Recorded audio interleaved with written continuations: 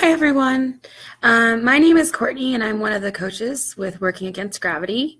I'm going to be doing a Facebook Live today on your immune system and what happens when you get sick and how we should approach nutrition. And then also how to stay motivated to work out during the winter. So just a little bit about myself. I'm getting over a cold myself. I've been really lucky in that I haven't been sick in years, and I think that's a lot to do with nutrition. However, over the last couple months, I had a big move. I went from California to Colorado, and through this transition, there was a lot of stress, and I might not have been taking care of my body as much, recovering as much, or taking into account the different factors that come into changing environment or location. So things to think about when we get sick. Usually when we get sick, it's because a bacteria or virus has been introduced to our body. And how does that happen? Well, we're exposed to bacteria and viruses every day out in the environment, and it's natural for our immune system to fight them off. The exposure to different ones can actually help strengthen our immune system, and good nutrition and exercise can help support that. Now, when our immune system's weakened, maybe because our diets kind of changed, we're not getting enough micronutrients and vitamins, or we have a lot of stressors in our life, or not getting enough sleep, we can get sick. So how does your gut affect your immune system? Well, throughout the digestive process, we have different chemicals that help support immunity. So like your saliva contains different antimicrobials. When it goes down into your stomach, the stomach acid helps break down anything. And then when you get to your intestines, there's chemicals that help fight any bacteria. And then also in our intestinal tract are what we like to call as good bacteria, which provide protection and help with digestion and strengthen our immune system. Now, when we get sick, a couple things happen. We typically have a decrease in appetite or food intake. What that happens is there's less micronutrients coming in. We have an inflammation response due to the immunity and a change in metabolic rate. And typically we see a little bit of an increase because we're trying to fight off the infection. With that can also come poor absorption, some diarrhea, and intestinal damage. So what do we want to eat when we're not feeling good? Well, the key is to really listen to your body and hunger cues. I got a lot of questions about, sorry guys, hold on. I get a lot of questions about what you should be eating. Sorry, the mailman just came. Let me change rooms. I get a lot of questions about, should I try to hit my macros? Should I be working out and training? And what should I be doing? So the key is to listen to your body, excuse me, and get enough rest and stay hydrated. So what we want to look at is getting in good prebiotics. So that can be found in vegetables such as asparagus, artichokes, onions, and garlic.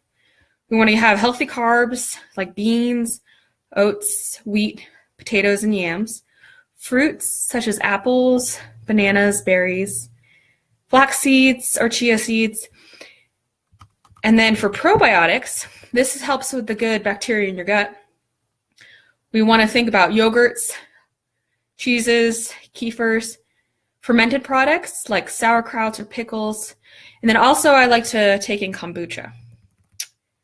Now, if you're hungry when you're sick, eat. If you're not hungry, don't eat. It's as easy as that.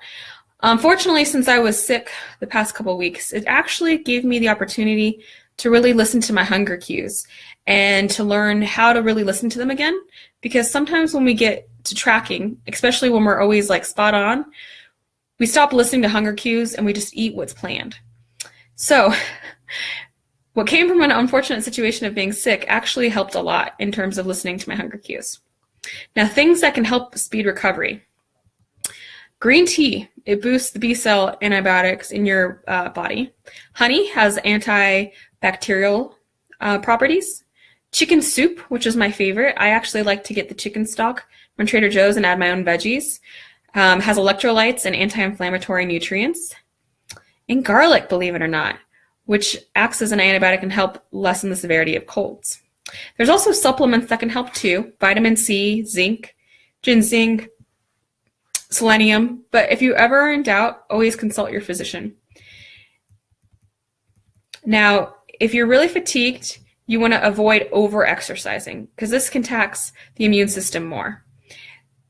It is okay to do some movement and activity, as this can help stimulate clearing the lymph nodes, but you don't want to do anything that will overdo it. Avoid over or under eating. So you want to make sure you're getting in some nutrients, but you just don't want to be snacking all day because you're home sad and sick. Make sure you are managing your stress and getting a lot of sleep. Also, you want to drink a lot of fluids. This is really important, especially if you're having any nausea, vomiting, or diarrhea, as your body is losing a lot at the same time.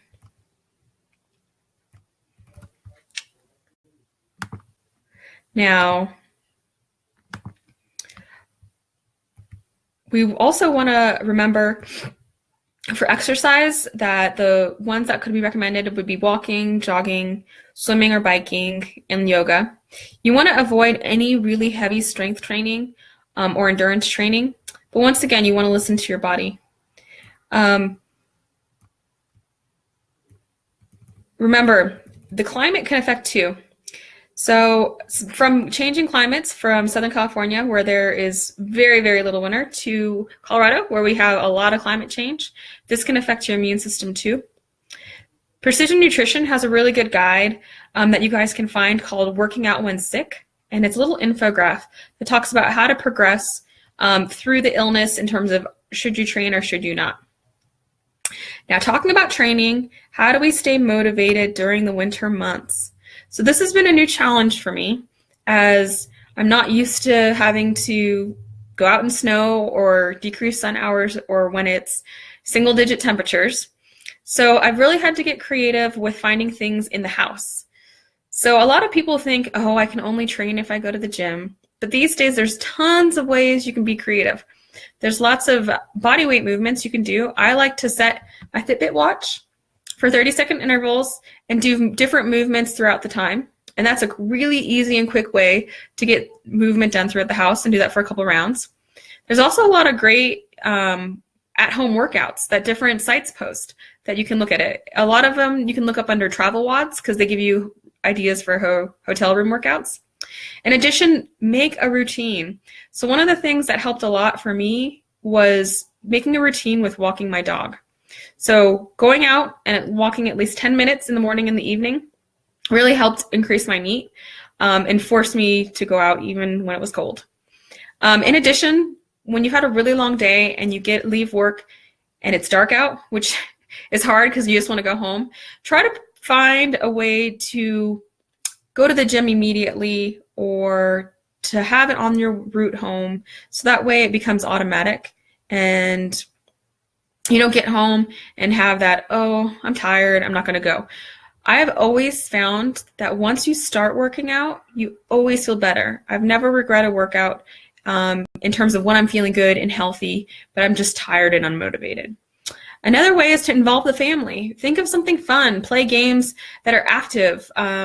Think of when you're a little kid and you want to play hide and go seek around the house. I'm not saying you do that, but you can think of things like Twister, or during commercial breaks, doing, moving throughout the commercial break, and then you can sit back down on the couch when the show's back on. I get really motivated by the Olympics, so picking programs that will motivate you and inspire you to want to do more help a lot. Now, I had a post on my, a comment on my post asking, well, what about the reverse? So maybe when you live you're always in summer climate year-round, how can that exposure affect you and the immunity? So just like hydration when you're sick, if you're exposed to sun a lot, you really want to make sure you're getting enough water because you're going to be sweating a lot. You may not be as hungry when you're hot, so the hunger cues may change. So monitoring that and making sure you're getting in a lot of fruits during that time is excellent because they're not only hydrating, but they taste good too. In terms of vitamin D, So that's a big challenge I had to face when I went from California to Colorado. And I actually talked to a physician about yesterday. And she was sharing with me that in some regions, it's actually really hard during the winter months to get enough vitamin D naturally. So if you are concerned about vitamin D, I recommend you getting your blood work done through a physician.